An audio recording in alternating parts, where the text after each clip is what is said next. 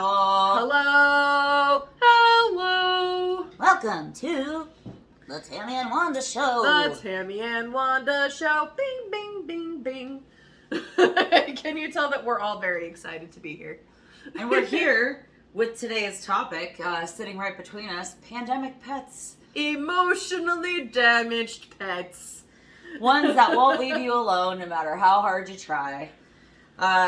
Pandemic pets. It's getting more and more. It's more common, I think, now, but, you know, because this damn thing won't go the hell away. So, this is where we're at. And you guys will see him if you're watching a YouTube channel. He is pacing back and forth around the kitchen where we're recording. So, and what's very funny is that this boy, he has a routine. Yeah. He has his own OCD routine.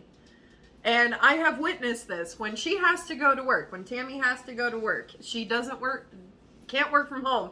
He is very upset. Yeah. We like to say that he's got anxiety and he does like his circles. So what that usually means for him is that he's got like, you know, some sort of,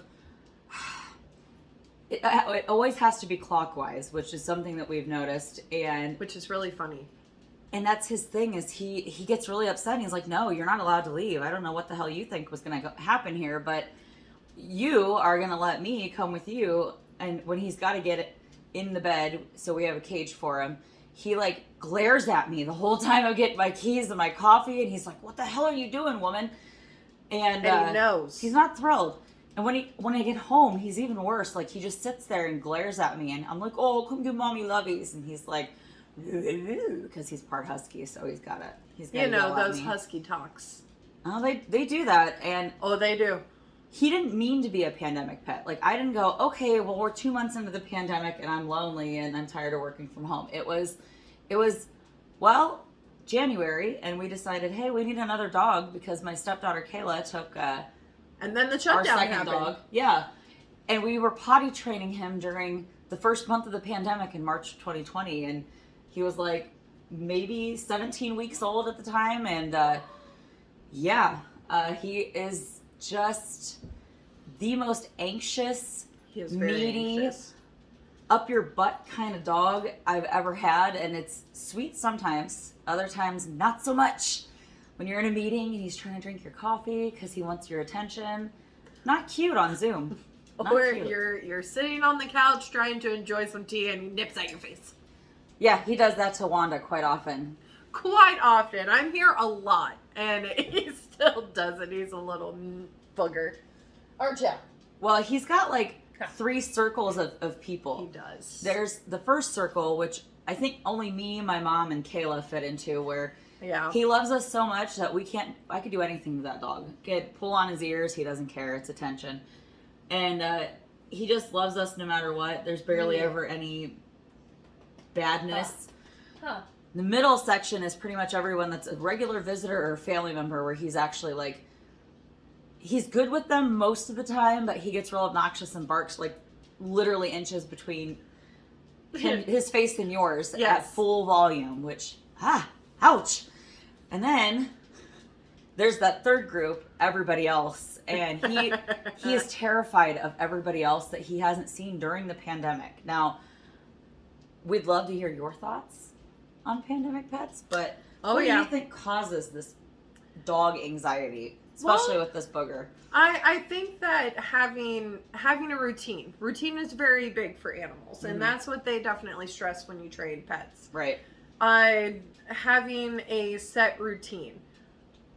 When that set routine is taken like out of the balance. So of course, if you did get a pet, and a lot of people did get pets before, the pandemic happened. So of course you're stuck in the house with your pet. And they don't know a life of you leaving. Yeah. So they basically assimilated and readjusted their normalcy to there's someone there 24/7. Now, we got a dog. We fostered and then we adopted a dog. He was 6 years old. I think he's 7 now. I don't know. It's hard to tell when you foster. Yeah. But when when we got him, it was right before the pandemic, but he also was very codependent. And there's just that high codependency. And I think it depends on the type of dog breeds. Yeah. Really. And of course, both of us have part husky dogs. Yeah. Mine feels like he's all husky, but I digress. I got the fur, you got the talking and the bitching and oh my god. I can't wait till spring because then I'm going to get a husky de-shedding shampoo. It helps. Do you got some? Yeah, it helps. Oh, snap! Yeah. Yeah, because and I can't say enough about... The boy needs it. A de-shedder comb, which you can get at PetSmart or Amazon for like $14. The best $14 I've ever spent. You sit on the back porch with them and you just like... And it's like a weird set of teeth and it feels sharp to the touch, but they don't... Yeah, it feels is like it the scratched. Circular one? Like it's the... No, it actually looks like a triangle point. Okay. And you pull it down and you feel like the dog's going bald. Yeah, but they're not. But it's so helpful to manage the hair, especially in the spring and the fall when they're doing a lot of their layer shedding. Yeah. He hasn't been bad lately because it's cold out, but... Yeah, because he's got his winter coat. Ooh. Huh. Yeah, we have a top coat and then a like undercoat. Mm-hmm. And he likes his. But my dog, I have come to realize I kind of likes being brushed. Yeah. But the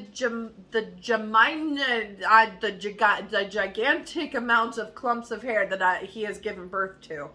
He has given birth to a lot of little mini puppies of him. I was going to say, it's almost like another dog's worth of hair every time you brush him out. You know what he started doing? I'll put it right beside him, and then he'll get the zoomies. And he will literally lay on top of his fur and start nipping at me because he thinks I'm playing. Now, does he eat his own fur? Because mine does that, and I don't know if that's normal. He tries to. Okay. He tries to. But what's funny is when we found out that he had a codependency, he was seized. The previous owners had to give him up, certain conditions. But he had grown up with other animals, like other dogs. So when he came into our household, he had one more dog. But he became so dependent on that human interaction. Oh, yeah. That his anxiety was through the roof. Every time that I would leave, he doesn't stay with me, he stays with my mom. Because I don't have enough space for a 90-plus pound dog. Oh, come on. I've seen your place. There's no way. In my tin can. In my sardine can. The way I get out of the house, ladies and gentlemen, is that I have to use those like that. The can opener thing. Oh, can opener. Get out, roll it back up. It's like the old cartoons. Oh, that's hysterical. But anyways, when I would leave the house, he would howl. Like, he would spend all of his time howling. And I could hear him out in the car. The vet said that he had anxiety and he had separation anxiety. And so they were like, would you like to put your dog on antidepressants? Did you? No. I was going to say, because when I realized that dogs get better insurance than people. Come on. They do. When I realized Henry here had anxiety, I actually started talking to my best friend Katie because one of her cats actually had anxiety. And I asked her, I was like, well, how did that work out? And she said it was actually more of a hassle to give him the medicine than it was actually worth because it wasn't really helping him a whole lot. So this one is... Well, and what I've learned, like when he gets stressed out, he gets very excited when I come to the house. Now, when my mom and my sister are there, of course they're there all the time. My sister is there all the time. So he always has someone there. Right. But he, like, if they go outside of the house, he gets very anxious. He just stands at the door like, why are you leaving me? Now, does he get destructive? I know that I had a Dalmatian when I lived at home that appropriately named Pongo, for those of you that have met him back in the day. Back in the day. But he wasn't like overly anxious, but there were weird things that he would do. And he was very attached to me and my mom. It was like a female attachment. He loved my dad because he walked him, but like, you know, he was kind of a girl's dog. Yeah. And when we would leave, I don't know how this didn't kill him, but he would rip stuff up.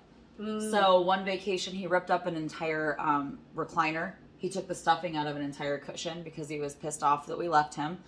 And then one of the times he ate, we were only gone for like, I think an evening, a really long evening, like a church event or something. And he ate a poinsettia, an entire package of Oreos, a loaf of bread, and I think something else. And it was like, the fact that he didn't die because of his anxiety was a miracle. Now, diarrhea did happen, I'm sure, for quite a while after that. But I do know that, you know, antidepressants do work for some animals, just like they do some humans.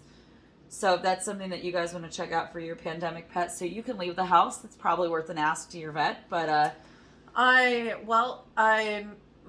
dog has a like a teething ring. So when he's feeling anxiety, like he has like high functioning anxiety. Like, it's insane. Is it one of those tires, or does it actually look like a baby's teething ring? It does. It looks like a baby's teething ring. It's beef flavored. Ooh. So it has like that beef smell. But of course it's not that nigh bone, something that they can't. Yeah. Something that they can't like digest, but he chews on it. Yeah. And it makes him so happy. Like, he'll put it like his paw through it and hold it down and chew. Ours really liked antlers. Okay. Grandma and Grandpa brought them an antler, and they demolished it. There's probably like an inch left, because that you can chew it down, but they're so hard it takes months instead of an evening. Because anything else, they got them a pig ear at Tractor Supply yesterday, actually. Is it gone? Yeah, the Husky mixed Henny, like, he got rid of his maybe an hour and a half. And Ty still has his, but it's about a third of the way gone. But he's much smaller. He's a Jack Russell Pomeranian. Yes, so he's so tiny. He's got the littler mouth and smaller teeth, and he doesn't have quite the bite grip that Henry does. Yeah, that Henry does. Yeah, like, having a husky, like, I'm a first-time husky owner. I've had labs, and of course, his mix is a husky lab mix. So that's why he's so loyal. And he is beyond loyal. Like, I have like, you would have thought I raised this dog from puppy. Yeah. Because he is so dedicated to me.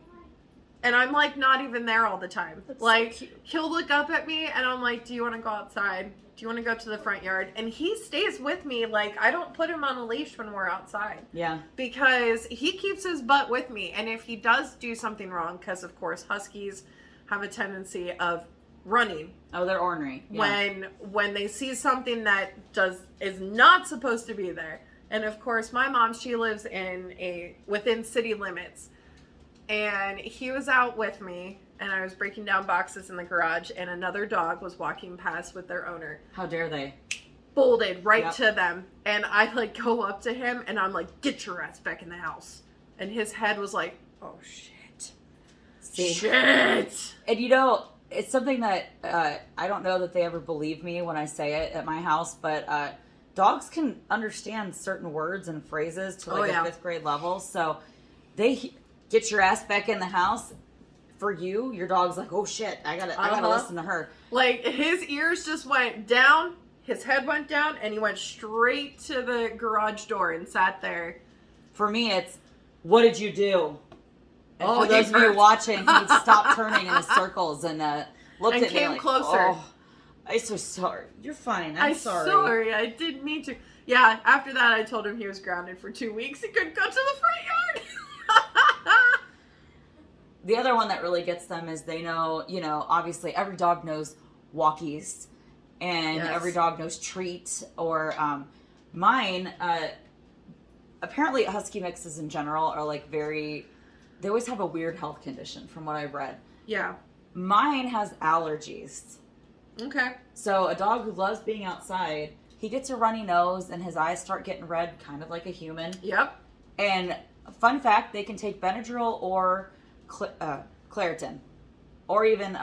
the more you know. Yeah. Normal adult, over-the-counter, 10 milligram allergy meds they're allowed to have. I give mine Zyrtec. I get it at Sam's Club real cheap. So there's your in.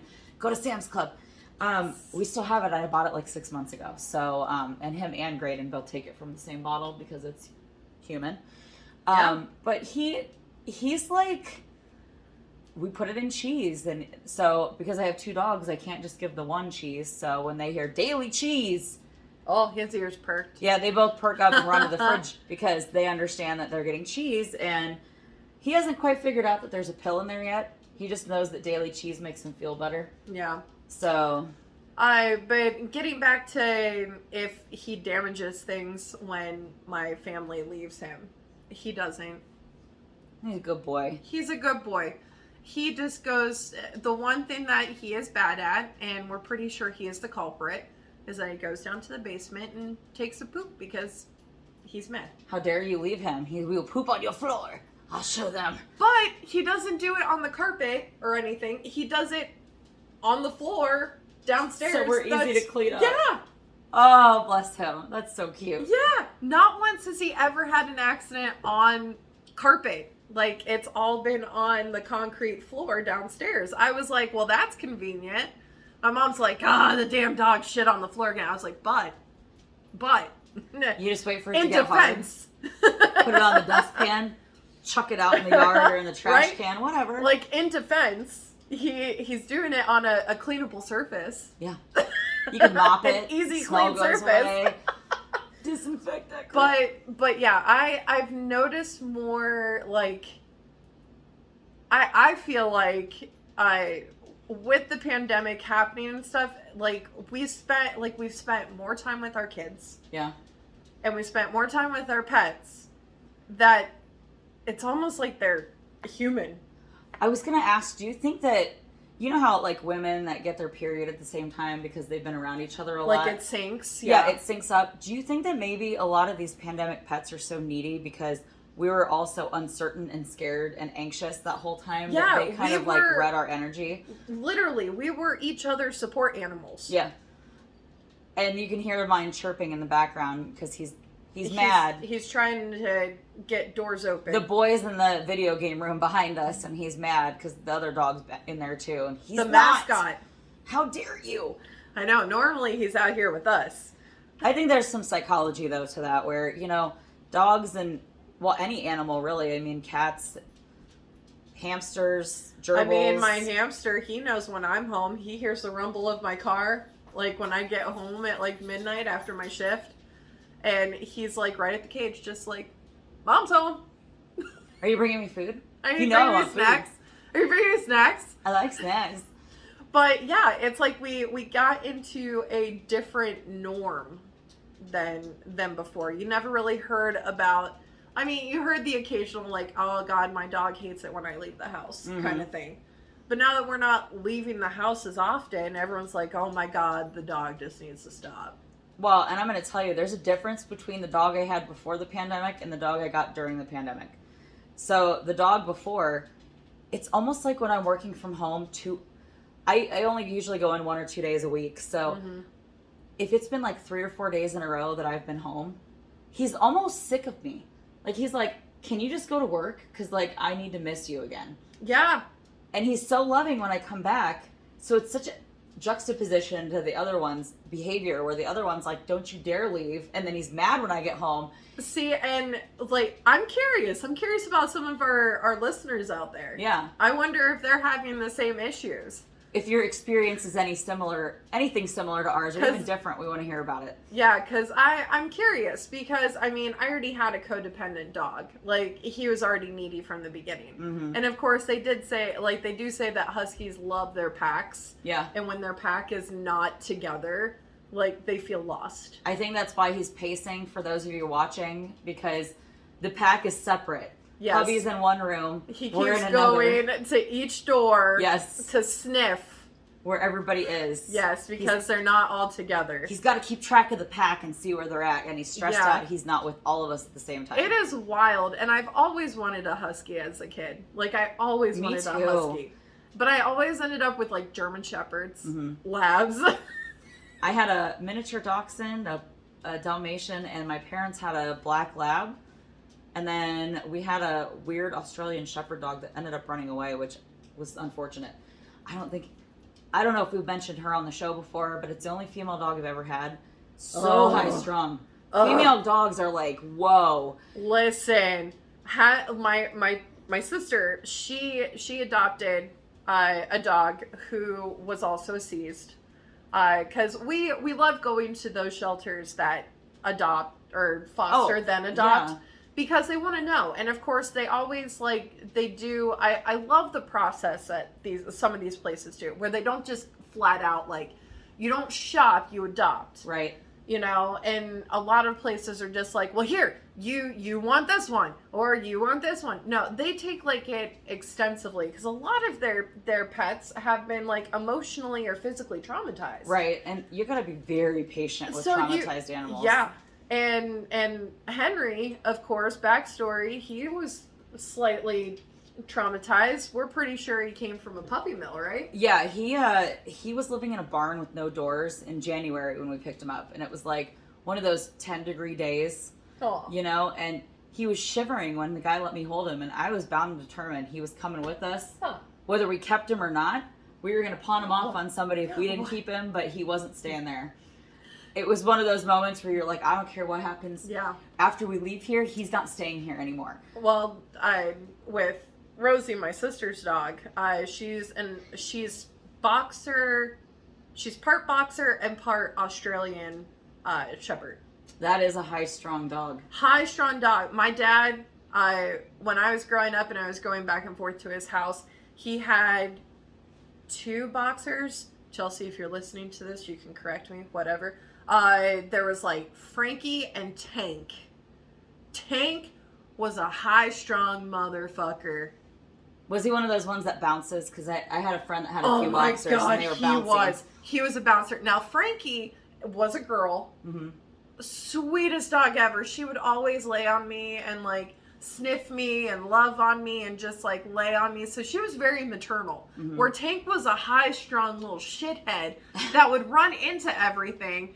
And it didn't matter. He would run into the room. He would break a lamp, and he's just oh, well.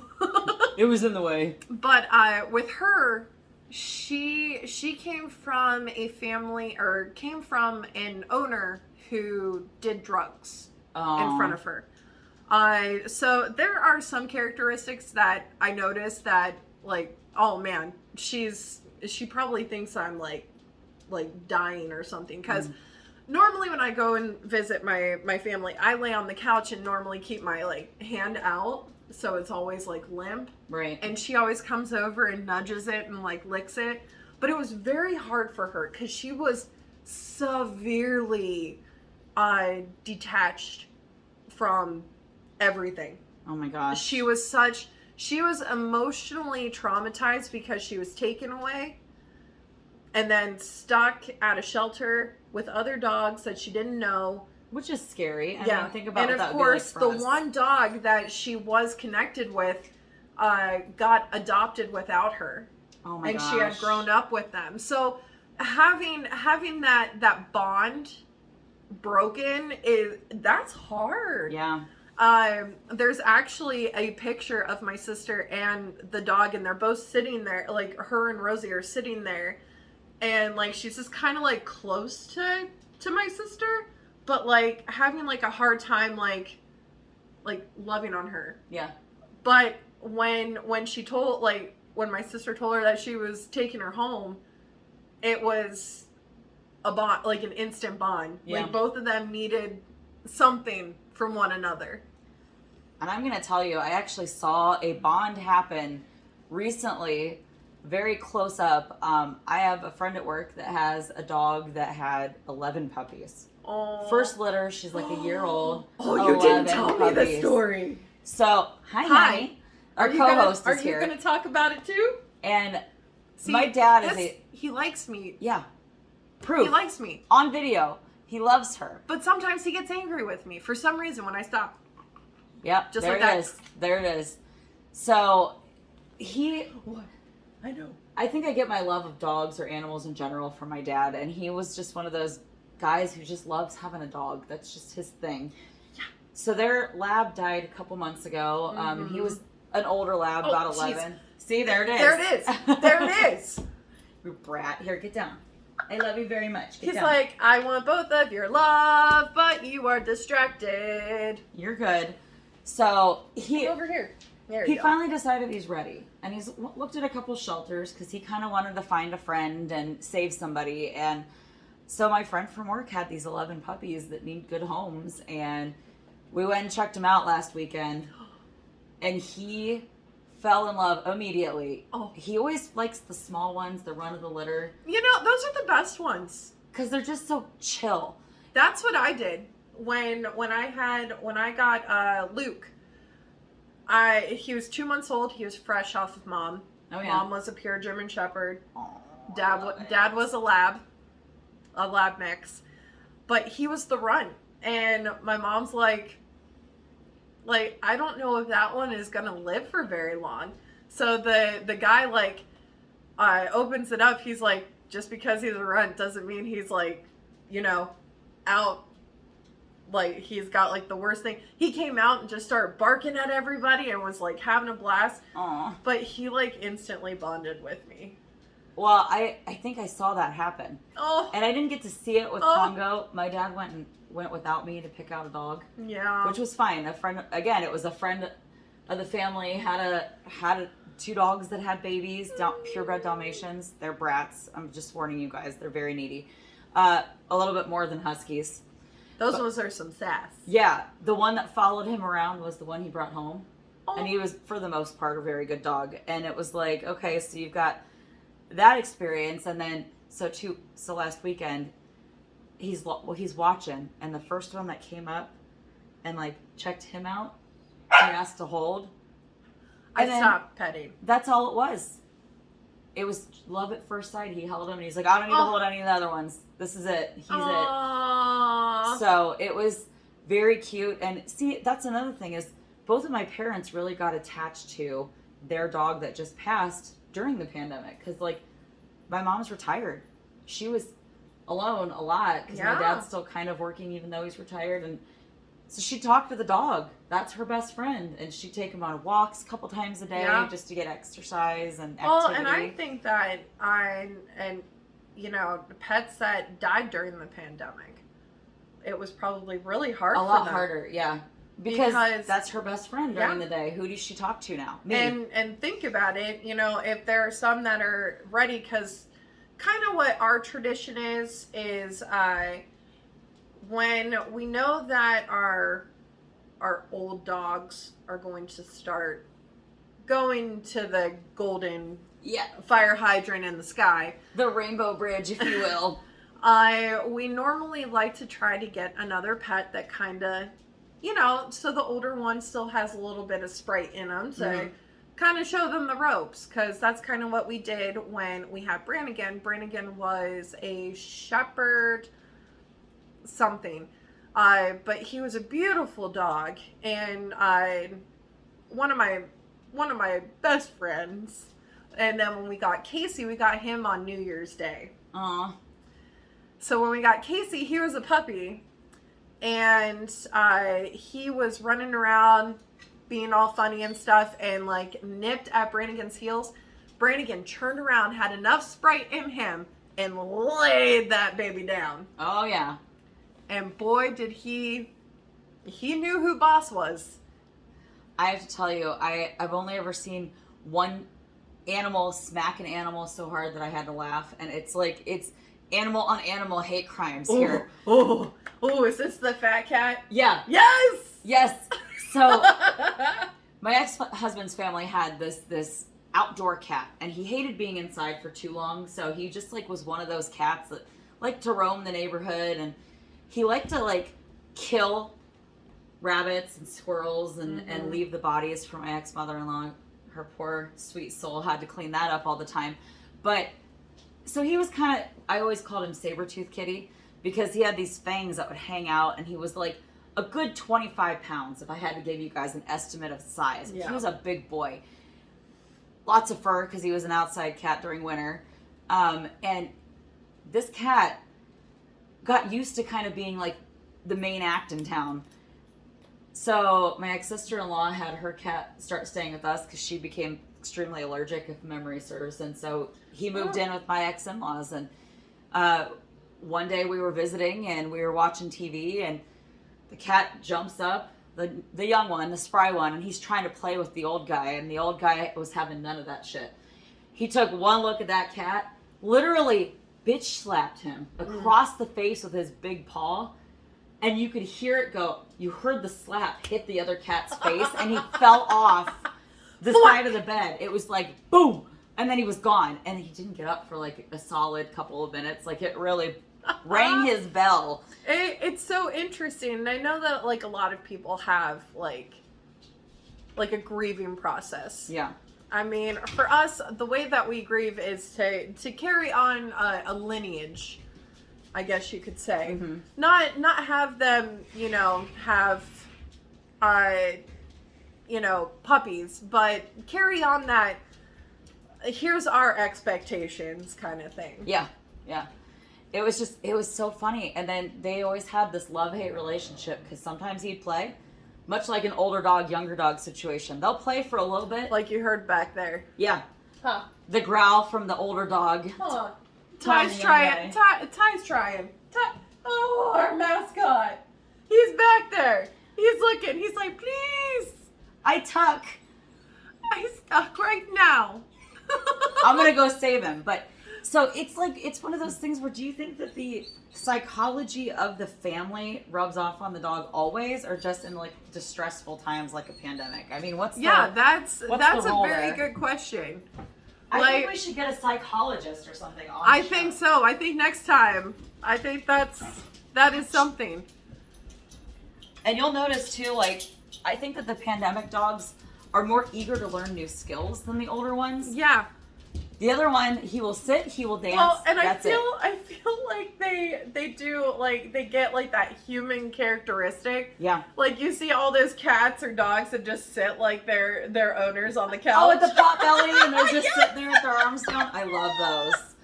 I love that. But it's so funny. But you see it more now because, I mean, we have more devices that we're able to record with and stuff. Social media things where we can find pictures. I mean, I would hate to see if we would have had a pandemic in the 90s. Oh God.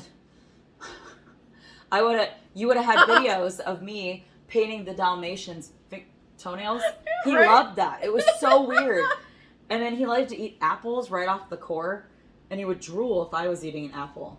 Oh, wow. Like, right all over. So we would have had that loveliness on video instead of just a memory. I know. Me, so. Like, could any of us out there, if it was any type of, like, century or year or whatever, decade, how would it be different? Like, how would we have dealt with a pandemic? And there's the boy acting like the dogs behind us, if you guys are watching. He's crawling with them as he is trying to not disturb us from going pee. And next episode is Pandemic Children. Pandemic Children. How have they become our pets? Dun, dun, dun, dun. I'm just kidding. That's not. That it will be the 5 o'clock news. Actually, I believe our next episode is all about Valentine's Day. Oh, the dreaded... We don't celebrate on this show, and I don't celebrate dreaded St. Valentine's. Nope. So, look forward to, Dear Cupid, keep your arrows to yourself. That's right. Next week, catch us. We'll see you guys on the flip side. That's right. We'll see you with your pandemic pets later. Woo! Take care of them. Okay, bye!